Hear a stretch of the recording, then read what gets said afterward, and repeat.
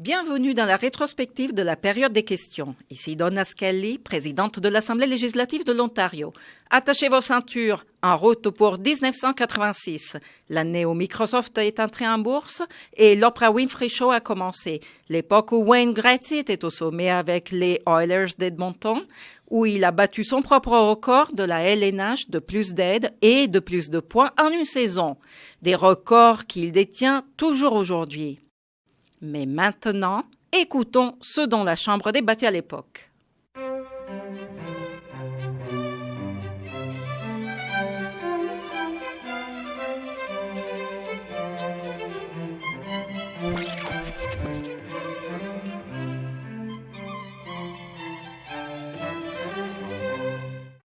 Affecté aux répliques, s'est écoulé et aux déclarations des ministres. Question orale, député de Cochrane Sud. Merci, Monsieur le Président. Merci, Monsieur le Président. J'ai une question qui s'adresse au ministre du Commerce. Et je suis content de voir que le ministre est ici parmi nous et non pas à Vancouver. Et j'aimerais parler donc d'une situation importante. Il y a quelques 900 personnes qui n'ont plus de travail parce qu'on a pris une décision dans le secteur forestier. Et j'aimerais également parler de quantité parce que, par exemple, ni lui ni le ministre des Richesses naturelles n'a voulu prendre les démarches nécessaires. 900 personnes ont été licenciées et 600 autres personnes le seront encore bientôt, sont menacées. Et qui, donc, va représenter nos intérêts pour le secteur de la forêt à Washington? Et quel est le point de vue à cet égard? Premièrement, j'aimerais indiquer aux députés que j'ai bel et bien l'intention de me rendre à Vancouver. Je pars demain matin et je suis ici justement en cas où vous auriez une question à me poser. Je savais que vous teniez absolument à être à la page et je tiens à vous dire qu'il y aura des représentants, qu'il y a eu des Washingtonais à Washington, qu'il y en aura également à Ottawa dans le cadre de pourparlers avec le gouvernement en décembre et on en parlera, ou plutôt le ministre en parlera avec d'autres représentants au niveau fédéral pour ce qui est du bois d'œuvre. Le ministre du Commerce devrait se trouver à Vancouver en train de défendre les intérêts de l'Ontario. Le 1er octobre, il a appuyé l'approche nationale. Il devrait veiller aux intérêts de l'Ontario. Vous n'avez pas répondu à ma question, qui est la suivante. Qui va défendre, qui va se battre pour les intérêts de l'Ontario à Washington? Qui va représenter l'Ontario à Washington le 1er décembre? Et j'aimerais savoir si ce que pense l'Ontario reflète ce que pense le Canada. Oui. Si vous faisiez plus attention aux nouvelles, vous sauriez que la réunion des premiers ministres commence seulement demain et je tiens à vous dire que nous serons là pour représenter l'Ontario. Il y aura des représentants, des avocats qui seront également au nom de l'Ontario et moi aussi je serai là pour défendre les intérêts de l'Ontario. Dernière supplémentaire. Ce ministre et ce gouvernement, le 1er octobre et pendant 3 semaines ensuite, ont embrassé la proposition nationale telle que formulée par Pat Carney. Et c'est seulement lorsque le Parti conservateur de l'Ontario a obligé le gouvernement d'agir parce qu'il en allait justement de centaines d'emplois en Ontario.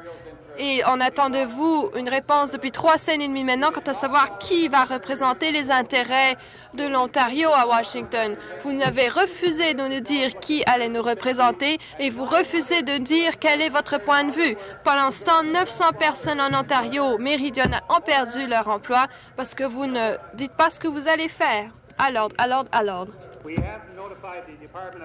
Nous avons déjà indiqué au service du commerce que nous ne serons pas à ces audiences et on devait le faire avant la fin novembre. Nous l'avons déjà fait. Et vous savez, beaucoup de ces renseignements concernant ce que vous me posez comme question, eh bien, j'aimerais dire que la dernière fois qu'on a rencontré Carney, il y a 2-3 semaines, si je suis bien renseignée, vous avez en fait téléphoné à Mme Carney pour obtenir d'autres renseignements, pour chercher son avis. Nouvelle question, leader de l'opposition. Le ministre de Santé, est-ce qu'il est quelque part dans les coulisses? Est-ce qu'il rôde par là, quelque part? Oui, je répondrai à la question pour lui. Il ne sera pas ici avant la fin de la question orale, pardon. Oui, ma question s'adresse au ministre de la Santé. Savez-vous combien de temps il sera absent? Eh bien, il figure à ma liste de personnes absentes. C'est tout ce que je peux vous dire. Nouvelle question.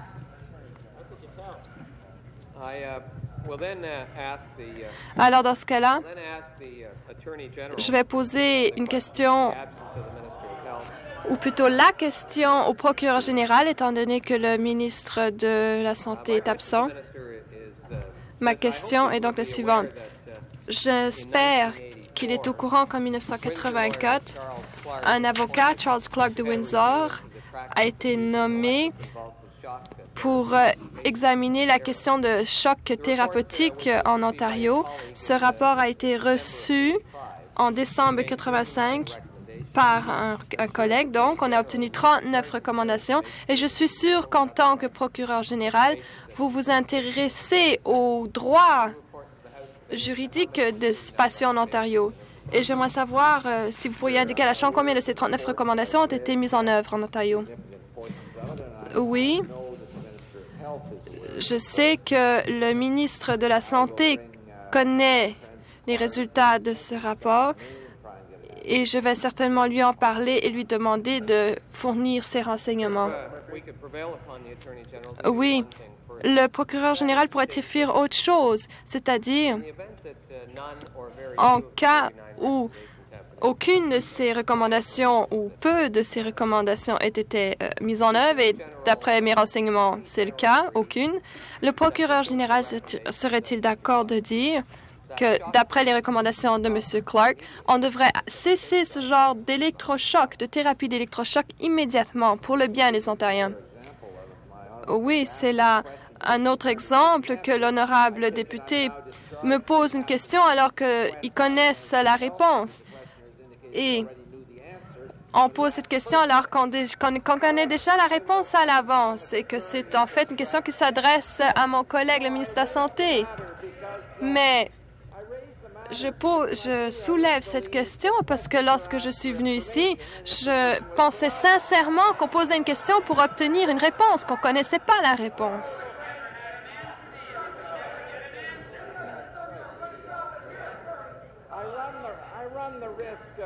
Et je cours le risque d'avoir une cote très basse de la part des tribunes de la presse de répondre ainsi.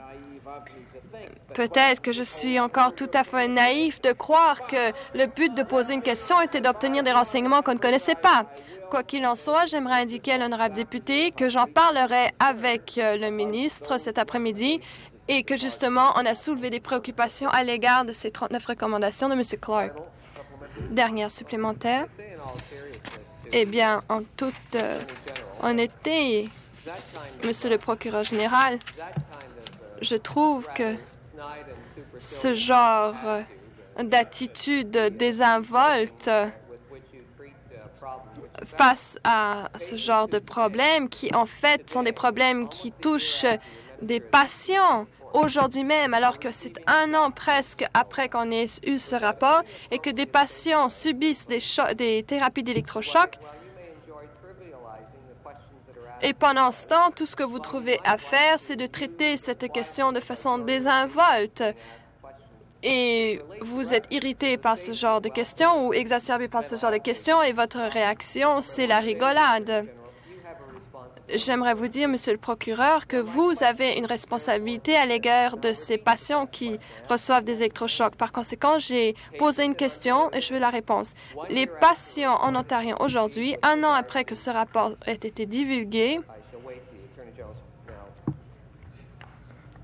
alors j'aimerais que le procureur me dise donc quelle est son opinion à cet égard, parce que 1 an après qu'un rapport soit sorti, des patients obtiennent encore des thérapies d'électrochoc et ils n'ont pas des moyens ou des méthodes de sécurité lorsqu'ils reçoivent ces chocs. Alors, est-ce qu'on ne devrait pas donc cesser tout de suite ce genre de traitement? N'allez-vous pas agir tout de suite? L'honorable député sait qu'il y a beaucoup de préoccupations à l'égard de cette forme de thérapie plutôt. Et ça a été l'objet de discussions de beaucoup de députés d'autres députés du troisième parti. Par exemple, le député de Scarborough-West en a parlé. Et on en a parlé sans relâche lorsque l'ancien gouvernement était au pouvoir. Mais le rapport n'est pas entre mes mains, il ne relève pas de mon ministère.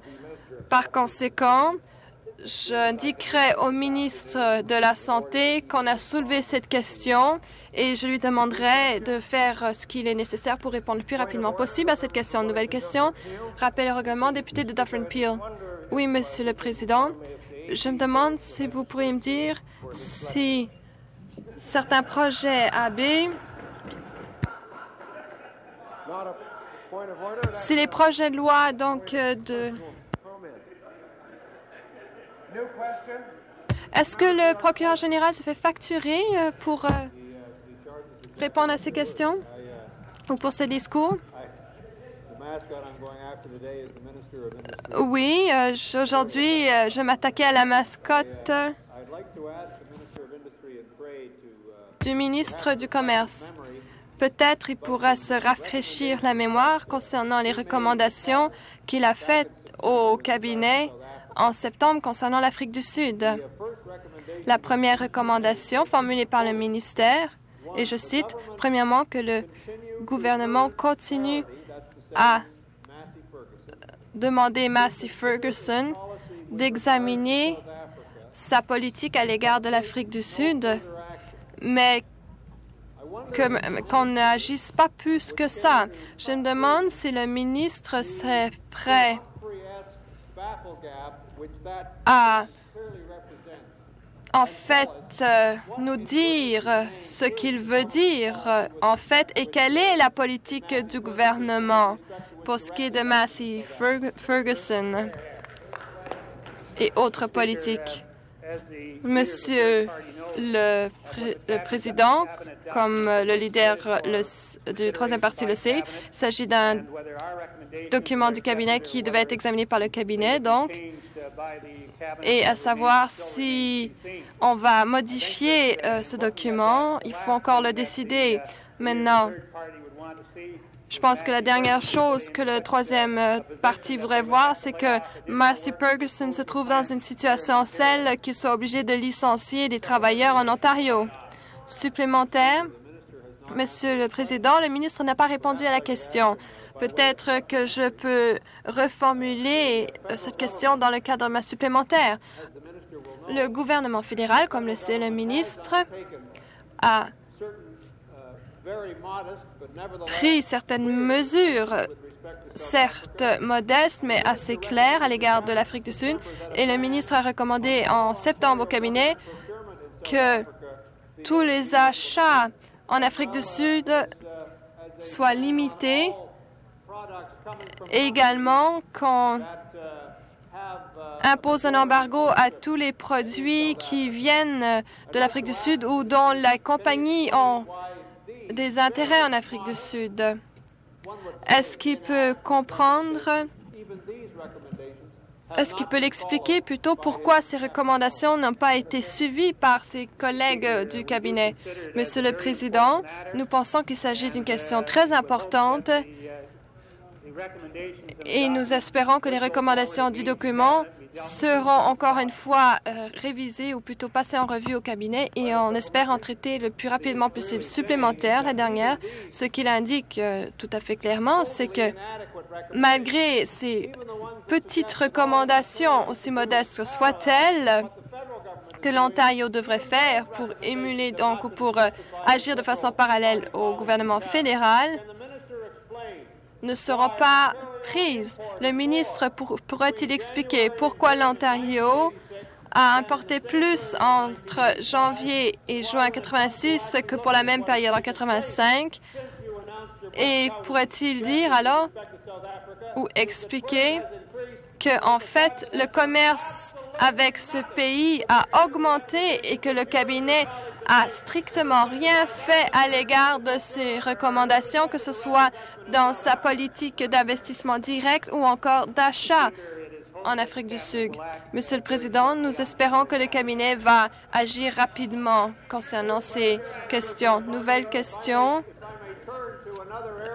Si vous permettez que je soulève une autre question dans laquelle le cabinet n'a rien fait, j'aimerais parler maintenant ou m'adresser plutôt au ministre en charge de la réforme des régimes de retraite.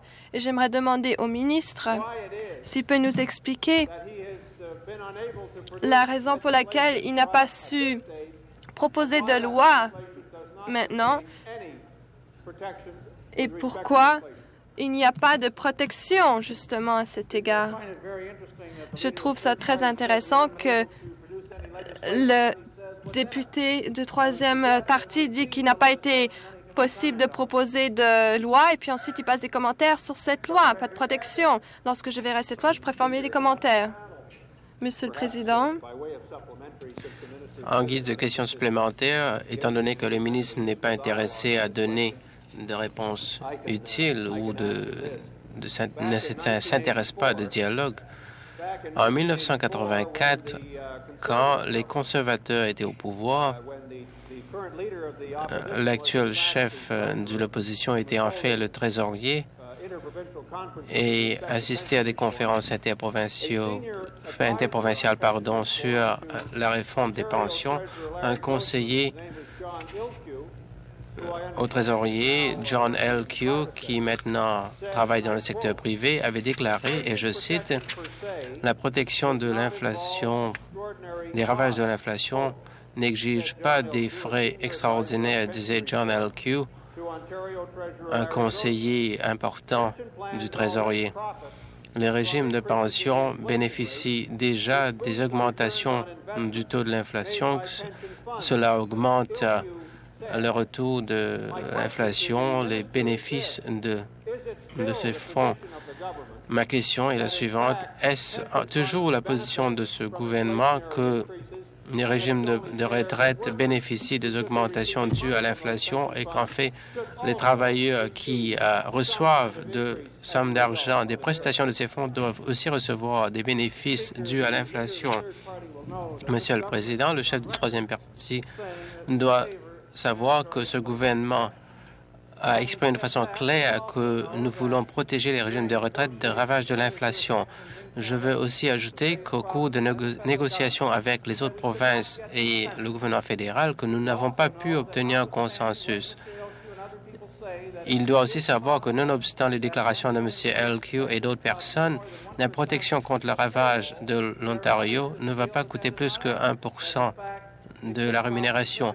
Il y a certaines personnes qui pensent que cela n'est pas suffisant et que cela va coûter encore plus.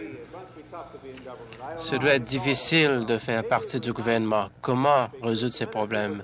Je crois que ce serait très bien, Monsieur le Président, si le ministre pouvait nous dire, de son avis, quels seront les coûts, étant donné que c'est lui le ministre responsable de la réforme des pensions, quels seraient les frais d'assurer que les régimes de retraite sont indexés et combien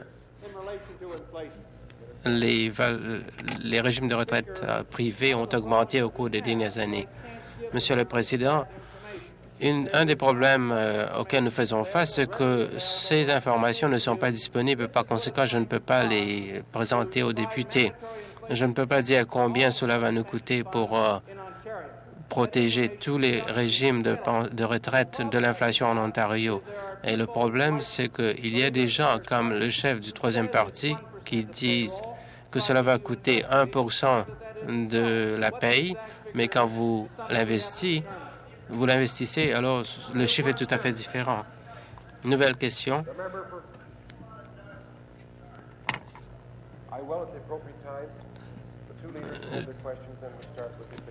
Je vais vous donner l'occasion plus tard. Maintenant, c'est au tour du député de Grenville. Ma question s'adresse au procureur général. D'après le surintendant de la Sûreté de police de l'Ontario, M. Jack Buck, apparemment, si un officier avait consommé de l'alcool sur un bateau, il serait suspendu et il serait démis de ses fonctions. Monsieur le procureur général, quand est-ce que vous allez demander, quand vous allez citer l'article 5 au solliciteur général, est-ce que le procureur général peut expliquer pourquoi est-ce que le solliciteur général reçoit un traitement préférentiel? Monsieur le ministre.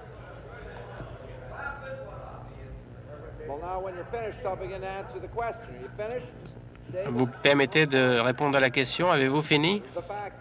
Le fait est, comme les honorables députés le savent, une enquête est en cours. Elle est menée par le personnel du bureau du procureur général. Et quand l'enquête sera terminée, je ferai un rapport à la Chambre. Question supplémentaire. À l'ordre. Le député de Lincoln avait une question supplémentaire. Le député de Grenville. Monsieur le procureur général, ce matin, nous avons contacté la Sûreté de l'Ontario pour voir à combien de déjeuners et d'autres croisières ont été brisées par qui. Et on nous a dit qu'il ne pouvait pas faire de commentaires et que nous devons parler directement à quelqu'un du bureau du solliciteur général. Nous pensons qu'il s'agit là d'une tentative très évidente de camoufler, de cacher des informations auxquelles ont droit toute la population de la province. Monsieur le procureur général, est-ce que ces informations seront facilement disponibles à nous tous, étant donné que vous avez l'intention de présenter un projet de loi pour le droit à l'information? Je crois que ce sera très clair ce qui sera disponible à vous au terme de la loi que vous avez présentée en Chambre. Et il y a la possibilité que ces renseignements peuvent être disponibles. Ce n'est pas une nécessité, c'est seulement une possibilité au moment où nous allons présenter le projet de loi. Et si on peut passer en comité, j'espère que nous allons pouvoir présenter un rapport à la Chambre.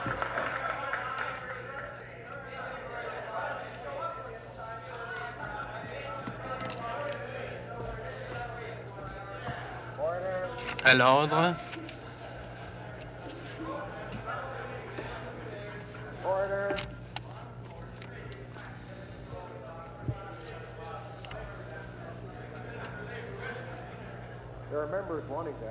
Il y a des députés qui veulent poser des questions. Rappel au règlement. Je crois qu'il faut qu'on explique, Monsieur le Président, que si le procureur général était présent au comité, à ce moment, on pourrait aller de l'avant. À l'ordre.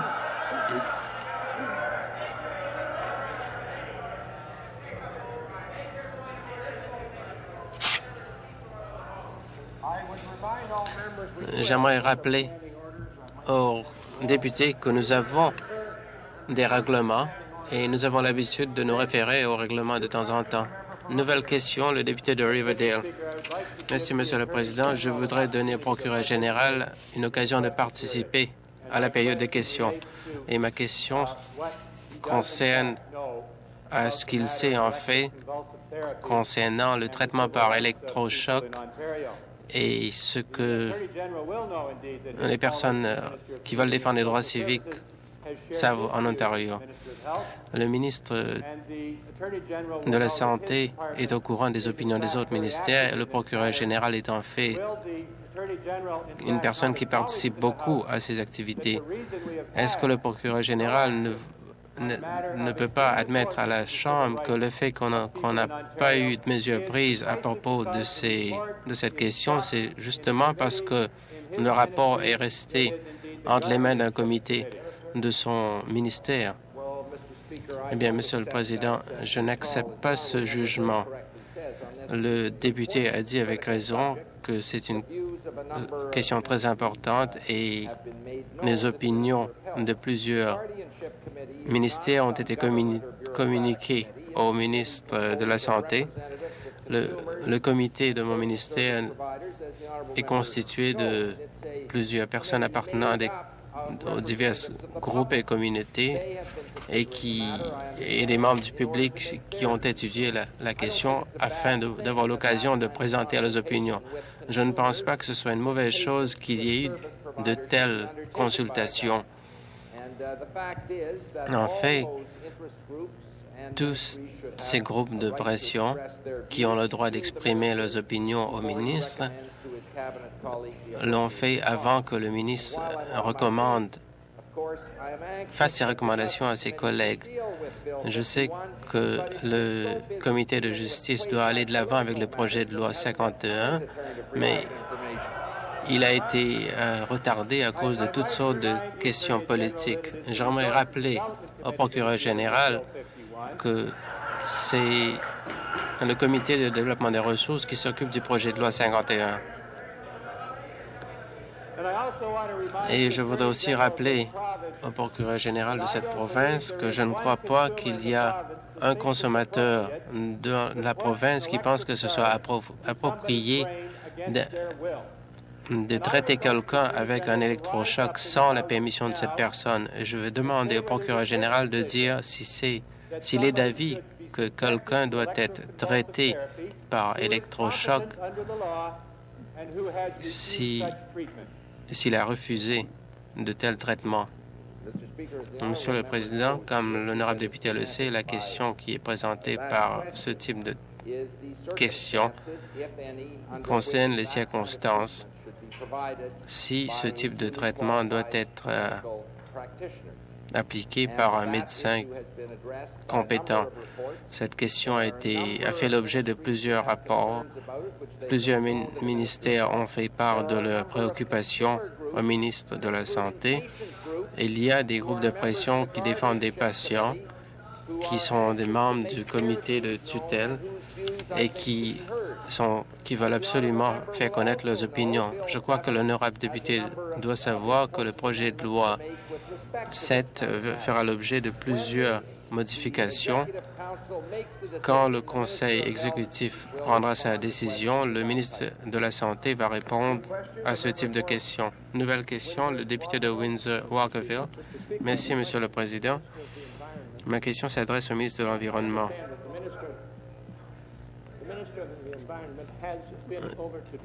Je sais que le ministre de l'Environnement s'est rendu à Détroit pour voir qu'est-ce que la ville de Détroit a l'intention de construire.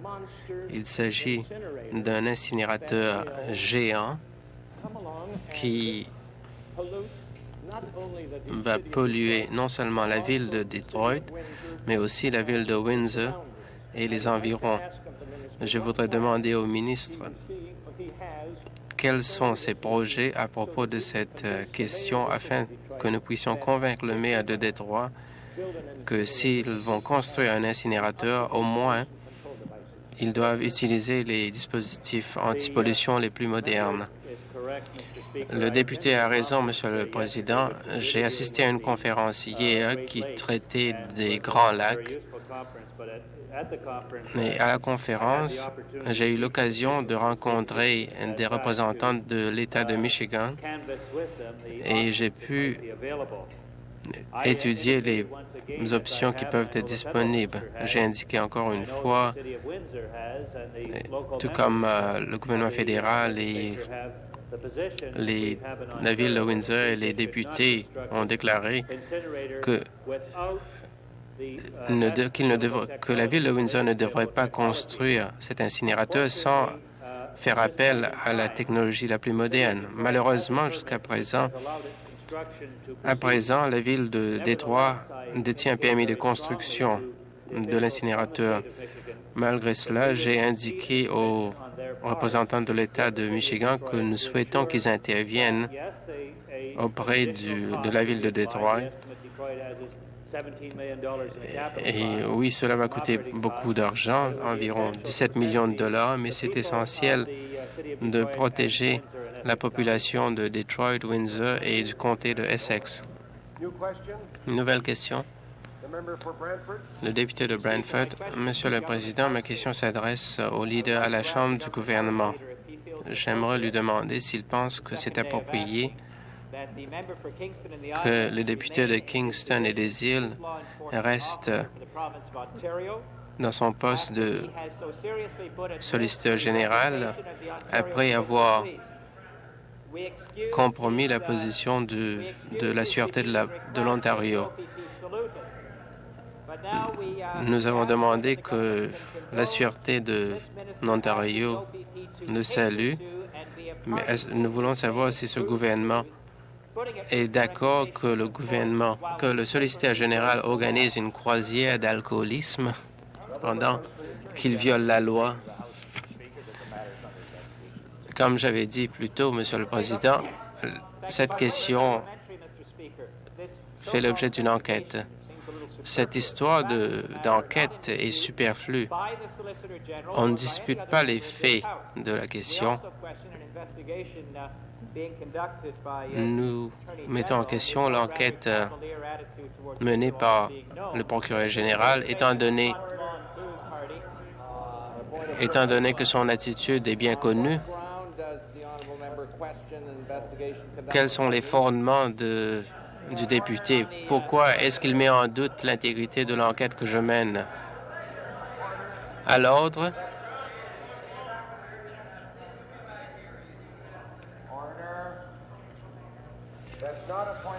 Il ne s'agit pas d'un rappel à règlement. Avez-vous une question supplémentaire? Question supplémentaire. Merci, Monsieur le Président. Pourquoi une enquête superflue est menée actuellement par un ministre qui a organisé une fête devant la législature sans avoir demandé un permis? Pourquoi est-ce que c'est nécessaire? Ce qui est nécessaire, c'est maintenir l'intégrité du gouvernement en demandant la démission du ministre. Pourquoi est-ce que le gouvernement ne veut pas faire la chose raisonnable et accepter la démission du ministre? À l'ordre.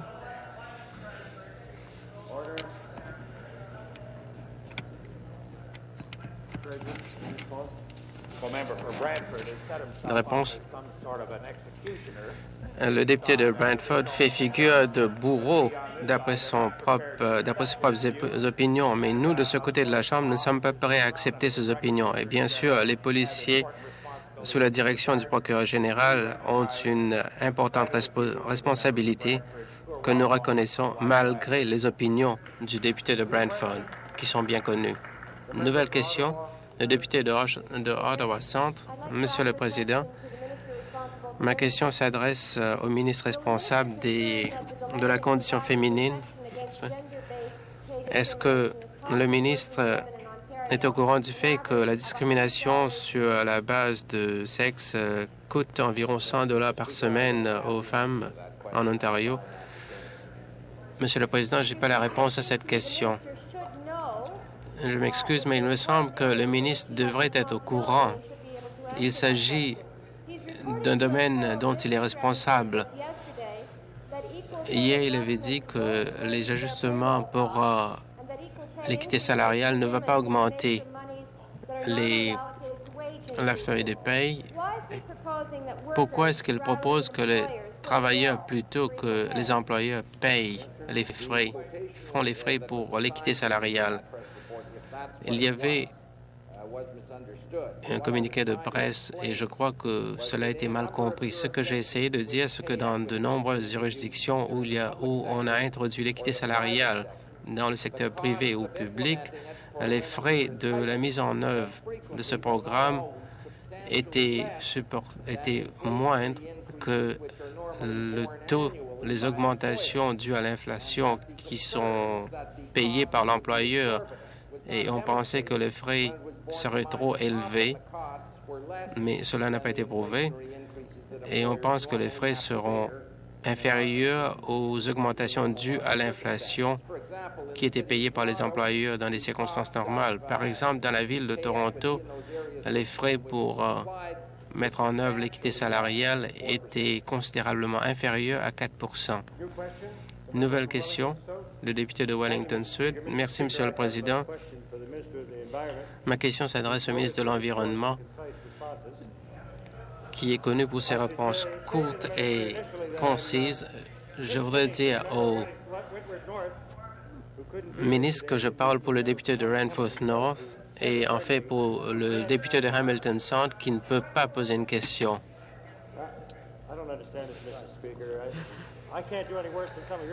Je ne peux pas faire pire que vous autres quand vous posez des questions. Il s'agit du port Lax à Hamilton et il s'agit du nettoyage des agents contaminants.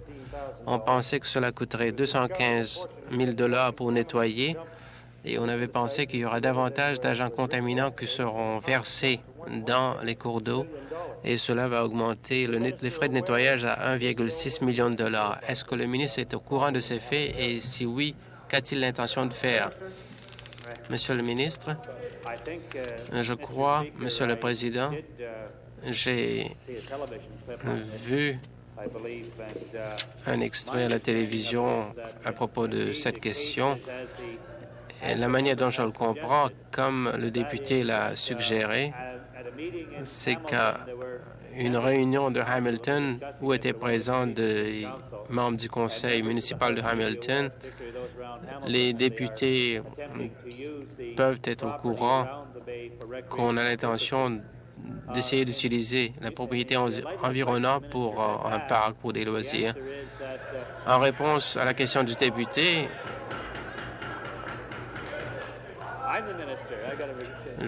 c'est moi le ministre. Peut-être j'essaie de faire une prophétie que le député de Hamilton aimerait être ministre. Bien, Monsieur le Président, notre enquête et nos enquêteurs vont étudier cette question pour voir s'il y a des déversements illégaux ou s'il y a des déversements excessifs au terme de la loi. Et on va voir si c'est nécessaire d'avoir une enquête par notre ministère. Et je sais que dans plusieurs occasions, il y a des enquêtes par une section du ministère. Nouvelle question, le député de Carleton-Grenville. Ma question s'adresse au procureur général. Monsieur le procureur général, hier, on a découvert, d'après Monsieur Jack Turns, le surveillant donc de la Sûreté de l'Ontario, et on peut exercer un certain pouvoir discrétionnaire pour ce qui est des accusations concernant les personnes qui consomment de l'alcool lorsqu'ils sont à bord d'un bateau. Et manifestement, ces pouvoirs discrétionnaires ont été utilisés. On a décidé de ne pas user de ces pouvoirs étant donné qu'il y avait des personnes importantes à bord de ce bateau. Êtes-vous prêt à reconnaître que toutes les personnes nommées ici, que toute personne par la suite seront accusées ou ne seront exemptes d'une accusation à condition qu'il y ait quelqu'un d'important à bord? Je ne répondrai pas à ça. Supplémentaire, est-ce que le procureur général serait prêt à dire que 800 personnes, des citoyens normaux de cette province qui ont été accusés ou même inculpés de ce genre d'infraction obtiendraient le même traitement que le ministre de cette province, le solliciteur, et que soit on oublie ces accusations, tant et si bien que toute personne de l'Ontario ait droit au même traitement à l'égard de la loi. Monsieur le Président, les allégations faites concernant le solliciteur et sur lesquels il a formulé des commentaires hier sont en ce moment en train de se faire enquêter par la Couronne et le gouvernement. Et si quelqu'un d'autre est intéressé à le faire, on devrait me l'indiquer. Nouvelle question à l'ordre.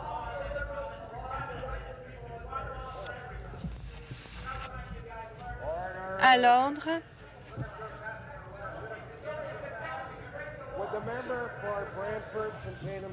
Le député de Brantford se calmerait-il, s'il vous plaît, afin que les autres députés puissent poser des questions? Nouvelle question, député de Lakeshore. Ma question s'adresse au ministre de l'Environnement concernant ces révisions concernant la loi sur les amendes, entre autres. Est-ce que dans ce cas-là, le couronne pourrait réviser cette loi pour que on peut tous être traités de la même façon? Je m'excuse, j'ai pas pu être à la conférence de presse à laquelle le député a été aujourd'hui, mais on m'a indiqué qu'il s'agissait certes d'un problème ou d'un sujet assez brûlant. Est-ce que c'était votre presse de conférence? Je ne sais pas. Quoi qu'il en soit, je vais essayer de répondre avec question, comme c'est ce que vous voulez. Je crois que la députée pense, et à tort, mais je comprends, étant donné toute la situation à l'égard de l'eau, mais que ce programme tient compte de la loi sur les ressources hydrauliques. Et moi, j'ai l'intention de faire quelque chose dans le cadre de la loi sur la protection de l'environnement. Et j'ai l'intention d'en discuter avec les corps juridiques de mon ministre parce qu'à l'article 19 de cette loi, la couronne est obligée de faire quelque chose et qu'on doit faire quelque chose justement à l'égard des règlements qui s'y trouvent. Je crois qu'il y a d'autres ministres qui vont se trouver concernés dans cette question, étant donné qu'il s'agit de terres domaniales. Mais dans le cadre de cette loi sur la protection de l'environnement, on en tient compte. Étant donné qu'il y a des modifications qui vont y être apportées, on va traiter de cette loi et on va réglementer cette question. Et la réponse est oui, nous ne serons pas exempts d'autres genres d'incidents. Je n'ai pas demandé des questions concernant ce programme, mais j'ai parlé de programme à court terme pour faire ce qu'il a dit qu'il voulait faire à long terme, c'est-à-dire de modifier le projet de loi 112 qui traite des amendes et des pénalités afin que la couronne ou les sociétés de la couronne aient droit aux mêmes amendes que toute autre compagnie qui pollue. Pourquoi le ministre n'est pas prêt à le faire lorsqu'il en a l'occasion, alors qu'il peut le faire de façon très simple et qu'il peut le faire aussi rapidement que cela? Eh bien, je crois que... Inaudible. Oui, je crois que le député de Durham-York qui interjecte est un spécialiste à ce niveau. Et peut-être, Monsieur le Président, serait-il à propos de le faire entrer dans le cadre de la loi sur la protection environnementale également? Maintenant, je ne sais pas si on pourrait peut-être le nommer le capitaine Chemical. Oui, bon. Pour ce qui est de la question de la loi concernant les amendes, elle sera examinée au cours de cette session et je suis prêt à écouter toutes les suggestions qui ont été formulées. Elle saura qu'au cours de l'été, beaucoup de soumissions ont été faites par divers organismes et groupes et je crois qu'elle aussi a formulé des suggestions et j'aimerais les examiner et ensuite je proposais le projet de loi qui est la façon la plus poussée afin de s'assurer que l'environnement soit protégé en Ontario. Le ministre des Relations commerciales et de la consommation a quelque chose à dire, une réplique? Oui, c'est une réponse à une question posée par le député du York Sud plus tôt concernant une explosion qu'il y a eu au coin de Weston Road et un boulevard. En ce moment, il y a une enquête qui a lieu pour cette explosion de Victoria Park et Westmount Road, mais j'aimerais indiquer qu'une enquête préliminaire semble indiquer que l'explosion a eu lieu dans un garage connexe, et ceci n'est pas typique.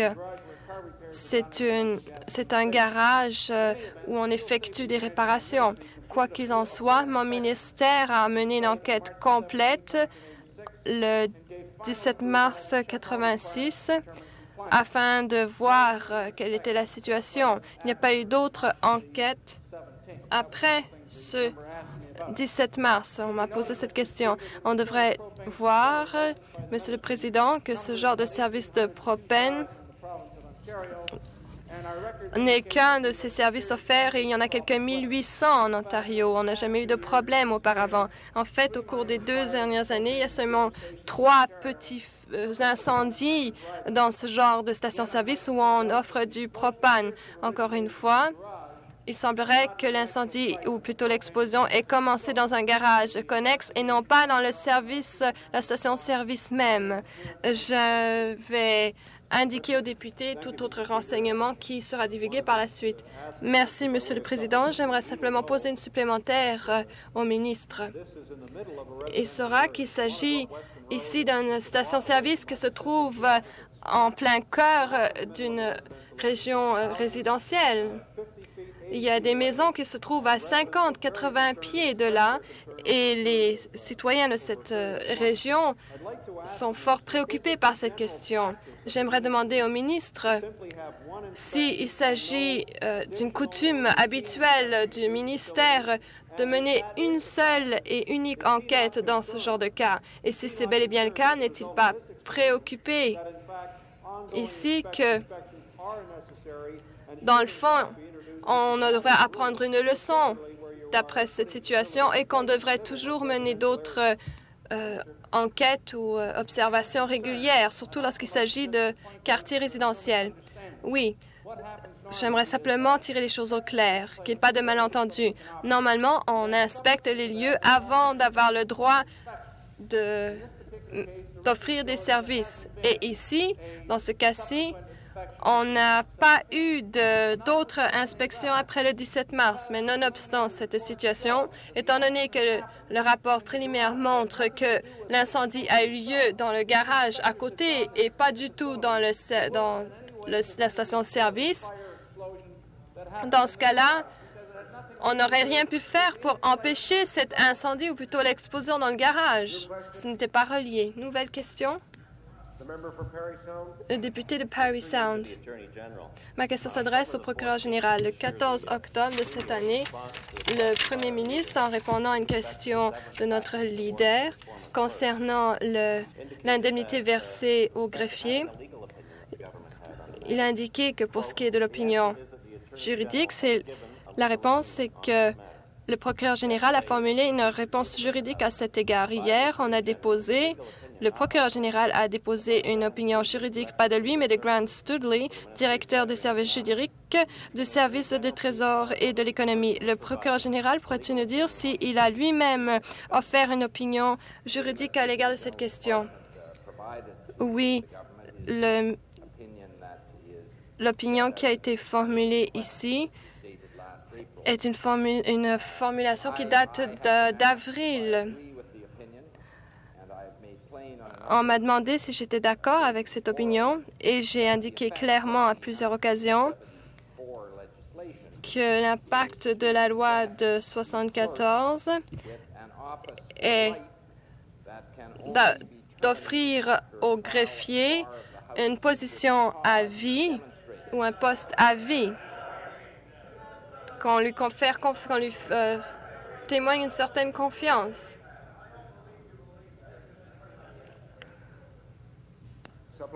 Supplémentaire. Monsieur le Président, ce que le procureur général nous dit, c'est que primo, le premier ministre a indiqué que le procureur général a formulé une opinion à cet égard et en fait, ce n'est pas le cas. Et si l'on examine l'opinion de M. Studley, je suis sûr que le procureur général fait, M. Studley en arrive à la conclusion que ce à quoi l'ancien greffier a droit, d'après son indemnité de départ, est beaucoup moins que ce que le gouvernement lui propose. La première réponse à la première question, non, je ne suis pas d'accord. La réponse à la deuxième question, c'est que l'opinion de M. Studley est que, étant donné la loi, le greffier avait un poste à vie avec certaines conditions, et moi, j'ai donné mon accord verbal à cette opinion. Nouvelle question. Député de Port Arthur, ma question s'adresse au trésorier. J'aimerais lui demander s'il se rend compte qu'au cours d'une réunion le 8 octobre, comité permanent sur le Trésor et l'économie, on a indiqué que le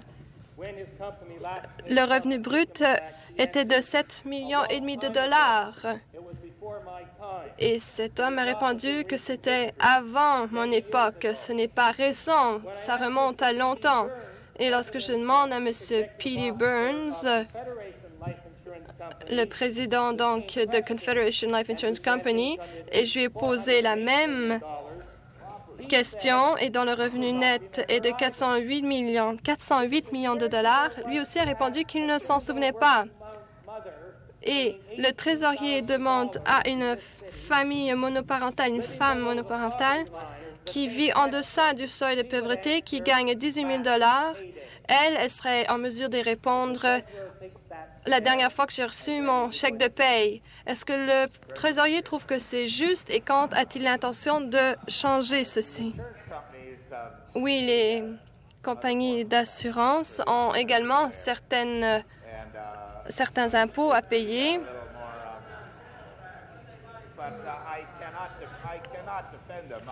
Et je ne peux pas les défendre, mais je suis content de voir que le comité que j'ai mis sur pied est si efficace.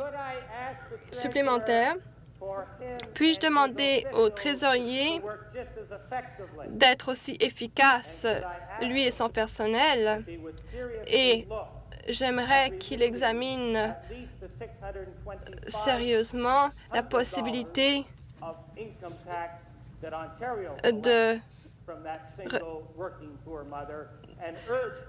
d'éliminer donc cet impôt de 625 000 $ que l'on retire de cette famille monoparentale, parce que le trésorier sait fort bien qu'elle aussi paye d'autres impôts, d'autres taxes. Je suis sûre que l'honorable député sait que les impôts des compagnies suivent le modèle au niveau provincial qu'au niveau fédéral. Les députés savent qu'on cherche ce parallélisme, c'est rien de neuf, rien de nouveau, et nous avons l'intention de poursuivre cette politique. Également, d'après ce que j'ai compris, le critique de la trésorerie du NPD demande qu'on baisse les impôts payés par les personnes qui touchent des petits revenus. Et dans les deux budgets que j'ai proposés, on a augmenté l'indemnité d'impôt. Et ceci peut être imputé à 100% pour les personnes qui gagnent peu d'argent. Par conséquent, cela touche plus de 500 000 personnes. En fait, pour le budget fédéral, pour cette même époque, le programme de réduction de taxes a été éliminé et en même temps, le gouvernement de Canada a donné un demi-million de dollars pour l'exemption en gains en capitaux. Et l'honorable député a critiqué cette initiative. Nous avons essayé de compenser en instaurant une surtaxe de 3 % à toute personne qui touche plus de 150 000 dollars. Et je suppose que ceci répond à la question de l'honorable député. Une nouvelle question. Député de Dufferin-Simcoe. Je suppose que le ministre des Affaires municipales ne sera pas présent aujourd'hui? On ne m'a pas indiqué qu'il ne serait pas parmi nous aujourd'hui, mais il ne se porte pas bien. Question s'adresse à qui? Eh bien, le président du conseil de gestion fera l'affaire. La semaine dernière, j'ai indiqué au ministre des Affaires municipales qu'il fallait au moins 1,5 million de dollars dans ma circonscription pour l'aide pour les propriétaires riverains. Qu'est-ce que le président de ce conseil a à dire à cet égard? Eh bien, ce n'est pas uniquement pour la circonscription de l'honorable député, mais il existe un programme qui réclame donc au gouvernement de fournir certains fonds à mesure qu'on a les demandes. Et nous venons juste d'approuver un autre $1,5 million pour ces fonds. Mais ceci prend du temps supplémentaire, député de Sarnia. Le président du conseil de gestion, sûrement le président sait que le nombre de demandes émanant des municipalités de l'Ontario va de loin passer outre la petite quantité d'argent que vous avez affectée, en l'occurrence le $1,5 million auquel en fait allusion mon député, mon collègue. Qu'en est-il donc des gains économiques que vous avez raclés? Est-ce qu'on ne pourrait pas se servir de cet argent ou en partie pour aider les contribuables, les citoyens de cette province qui ont des difficultés étant donné les inondations? Monsieur le Président, je crois que l'honorable député comprendra ma réponse précédente lorsque je lui ai indiqué que le $1,5 million vient d'être affecté à un autre $1,5 million. Par conséquent, nous sommes en train d'examiner les demandes et le programme est par conséquent élargi. Nous allons trouver les fonds à mesure que les recommandations sont envoyées. Maintenant, pour ce qui est du commentaire de l'honorable député qui a 400 millions de dollars qui nous est tombé du ciel, j'aimerais lui dire qu'en fait, cet argent est déjà affecté et que 60 millions de dollars ont été affectés aux fonds spéciaux pour les universités, qu'un autre 80 millions de dollars a été consacré à OHIP, 14 millions de dollars de plus aux pompiers et ainsi de suite. Par conséquent, j'aimerais indiquer, Monsieur le Président, que 100 millions de dollars ont baissé les demandes en liquidité et nous espérons que la situation économique saine en Ontario va continuer afin qu'on puisse trouver une solution aux propriétaires riverains. Mais pour ce qui est de ce $1,5 million en supplément, ils ont été affectés. Nous demandons encore des demandes. Le député de Hamilton S. Monsieur le Président, à l'absence du Premier ministre, ma question s'adresse au ministre du Travail. La discrimination envers les femmes et la communauté ethnique n'est jamais plus évidente que parmi les nettoyeurs et d'autres personnes dans cette industrie. Il y a plusieurs pétitions à ce sujet et le Premier ministre doit être au courant de la situation à Olympia York. Et ce ministre a répété que le processus d'appel d'offres par le secteur privé est étudié avec tout le sérieux. Je pense qu'il s'agit là d'un euphémisme pour dire que le gouvernement ne veut rien faire. Monsieur le Président, j'avais déjà déclaré à l'honorable député que cette question qui touche les nettoyeurs est un des problèmes sérieux sur lesquels se penche ce gouvernement, et cela au thème de la loi sur les relations du travail. Et je peux dire, Monsieur le Président, que alors qu'un certain nombre de cas a déjà été réglé, mais nous allons quand même étudier des lois plus sévères. Compte tenu du fait que cette loi est très vaste et il va y avoir de modifications nécessaires, alors on ne peut pas vraiment traiter d'une question en particulier, de sorte que quand ces changements auront lieu, ils porteront sur plusieurs aspects du projet de loi. Combien de temps pensez-vous que vous allez ignorer une situation qui est injuste? Quand avez-vous l'intention de déposer ce projet de loi dont vous parlez? Pendant combien de temps encore ces employés doivent subir la discrimination? Et surtout quand ils n'ont rien d'autre, aucun recours. Monsieur le Président, le fait est que l'honorable député a proposé une modification à la loi qui, en toute franchise, je trouve, est que nous trouvons inacceptable. La modification est très simple. Le changement dont parle l'honorable député est en fait une modification qui dépasse le cadre d'aider ce groupe et comprend des implications concernant l'industrie automobile et l'industrie de la construction. Monsieur le Président, ces modifications, malgré le fait qu'ils vont protéger les travailleurs syndiqués dans l'industrie du nettoyage, ne va pas protéger les travailleurs qui ne sont pas syndiqués. Monsieur le Président, la modification de ce gouvernement vise à protéger tous les travailleurs et pas seulement ceux dans une certaine industrie en particulier. Nouvelle question. Le député de Carleton-Granville. Merci, Monsieur le Président. Ma question s'adresse au ministre de l'Éducation. Monsieur le ministre, comme vous le savez, la Commission des écoles séparées avait demandé des fonds supplémentaires pour 3 écoles secondaires.